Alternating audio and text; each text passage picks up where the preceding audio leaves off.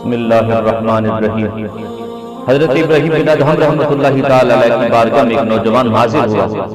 عرض کرتا ہے حضور مجھے کچھ نصیحت کیجیے تاکہ میں گناہوں سے بچ سکوں، میرا نفس گناہوں پہ مادہ نہ ہو سکے۔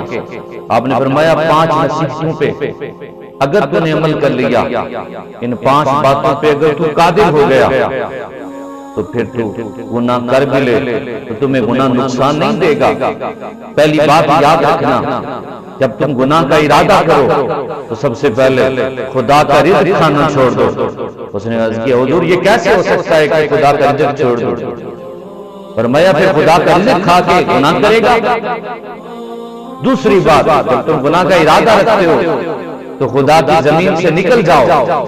اس نے عرض کی حضور یہ کیسے ہو سکتا ہے؟ جہاں بھی جاؤں گا خدا کی زمین ہوگی۔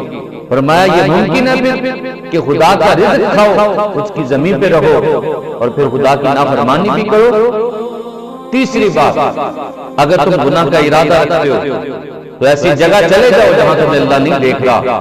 اس نے کہا حضور یہ کیسے ہو سکتا ہے کہ جہاں بھی جاؤں گا خدا دیکھ رہا ہوگا؟ پھر آپ نے فرمایا جب تمہاری موت کا وقت آئے، ملکل موت آئے تو اسے کہنا تھوڑی مہلت اور دے دو۔ اس نے کہا حضور یہ کیسے ممکن ہے کہ وہ مہلت دے دے؟ وہ تو مہلت نہیں دے گا۔ فرمایا پھر نجات کیسے ممکن ہوگی اگر گناہوں میں زندگی گزرے گی؟ پانچویں بات کہ جب تمہیں جہنم میں لے کے جا رہے ہو تو تم کہنا میں نے جہنم میں نہیں جانا۔ اس نے اس کی حضور یہ کیسے ممکن ہے کہ وہ میں یہ بات کر ڈالوں اور وہ جہنم میں نہ لے کے جائیں؟ فرمایا پھر نجات ممکن کیسے ہوگی اگر گناہوں میں زندگی گزری؟